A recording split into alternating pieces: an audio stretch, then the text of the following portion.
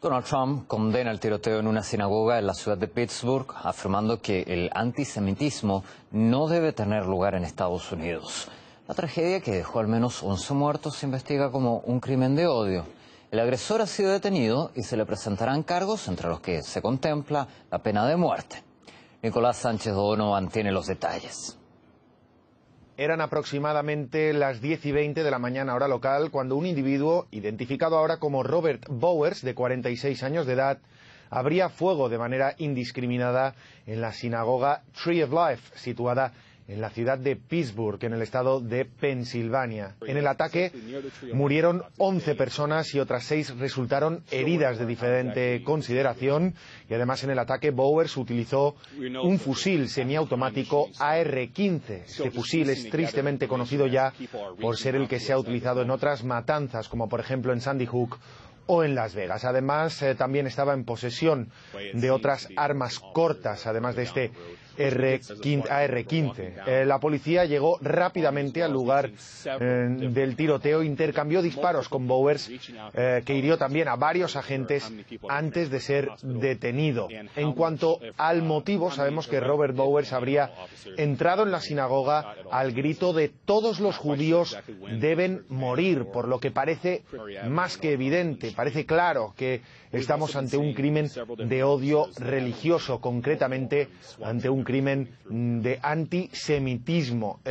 También sabemos que poco antes de llevar a cabo el tiroteo, en redes sociales, el autor del tiroteo hacía evidente, ¿no?, su antisemitismo también. Y ha sido este antisemitismo el que ha conllevado la reacción incluso internacional, ¿no? Incluso el primer ministro israelí, Benjamin Netanyahu, reaccionaba, y también el presidente norteamericano, obviamente, Donald Trump, quien ofrecía sus condolencias, a la vez que aseguraba que no se permitirá el antisemitismo en Estados Unidos. Le escuchamos. El antisemitismo y la persecución extendida de los judíos representan uno de los rasgos más deplorables y oscuros de la historia de la humanidad. El odio vil lleno de veneno del antisemitismo debe ser condenado y confrontado en todas partes y en cualquier lugar donde aparezca. No debe haber tolerancia al antisemitismo en Estados Unidos ni en ninguna forma de odio o prejuicio religioso o social.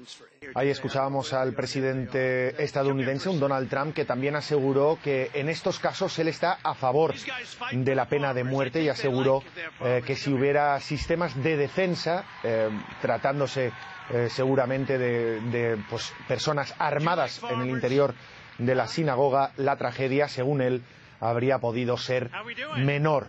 Al estar ante un crimen de odio, serán las autoridades federales, el FBI, el que tome las riendas de la investigación, como explicaba el director de Seguridad Pública de Pittsburgh. Lo escuchamos. En este momento, lo ocurrido se considera como una violación federal y la agencia de investigación principal será el FBI. Esto se considera un crimen de odio, así que básicamente será una investigación federal con la asistencia de la policía local, del condado y estatal.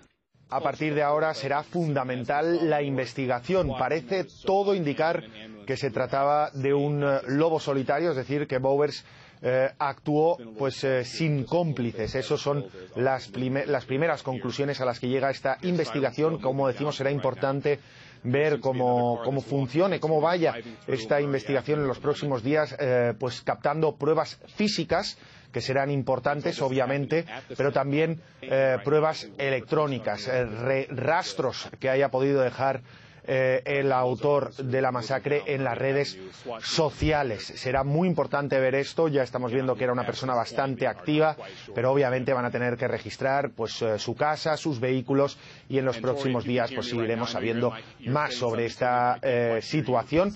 Ahora las sinagogas en todo el país, en todo Estados Unidos, están en un nivel de alerta, ¿no?, en todo el país, como decimos, porque puede suceder que después de uno de estos ataques se den otros, ¿no? Es el conocido efecto llámala. Por lo tanto, de nuevo, una jornada trágica, de nuevo un tiroteo masivo en Estados Unidos, en esta ocasión en una sinagoga en Pittsburgh.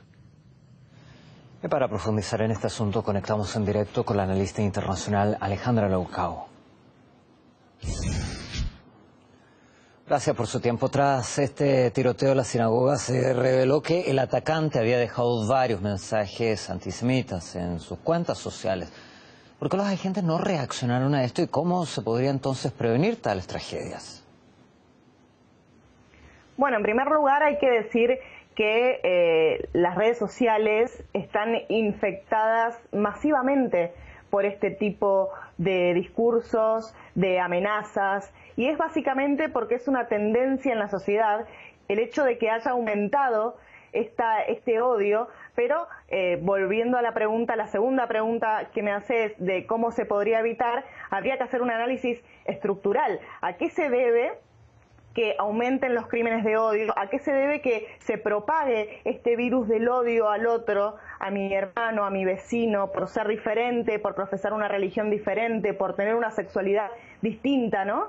¿Por qué sucede esto? Y la verdad que hay que decir que los principales responsables de esto son los políticos y los líderes y por supuesto los medios de comunicación que reproducen esta ideología que de repente hemos visto surgir en los últimos años debido a esta decadencia que atraviesa el mundo occidental, por la cual muchos sectores sociales han perdido condiciones de vida. Esto los líderes y los políticos utilizan esta base, esta pérdida de condiciones de vida y tratan de transformar el discurso, repito, a través de los medios de comunicación, de transformar el discurso para que estas personas, las masas, la gente, no vea que ellos son los responsables y en pos de mantener sus beneficios y sus condiciones, los políticos y los medios dicen que la culpa la tiene el otro.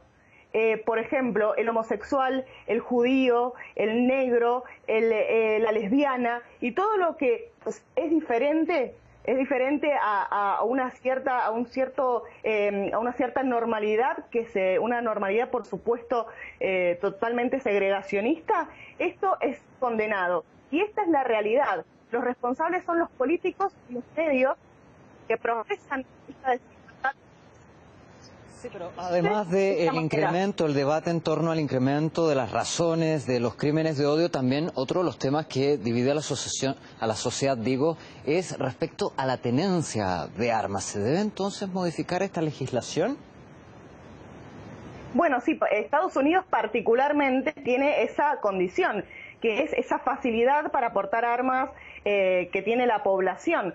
Por supuesto que esto es algo ampliamente discutido, sobre todo en el último tiempo, porque bueno, en Estados Unidos se producen 33.000 muertes por año a raíz de diversos eventos con armas de fuego. Es un problema terrible para la sociedad estadounidense, pero tenemos que sumar esto a esta situación a este fenómeno que se ha agudizado en los últimos años, justamente la propagación del odio entre personas iguales, pero que ellos no se consideran iguales. Entonces, si a esto le sumamos que cada persona puede tener un arma y que ven el noticiero, como por ejemplo se promueve el odio a nuestros vecinos, a nuestros coterráneos, etcétera, la verdad que es una bomba de tiempo y cada vez va a ser peor si esto no se soluciona. Pero parece que el gobierno de Trump está muy lejos de recurrir a esa solución y más bien quiere profundizar las leyes represivas, pena de muerte, más vigilancia, más policía. Esa es la doctrina Trump que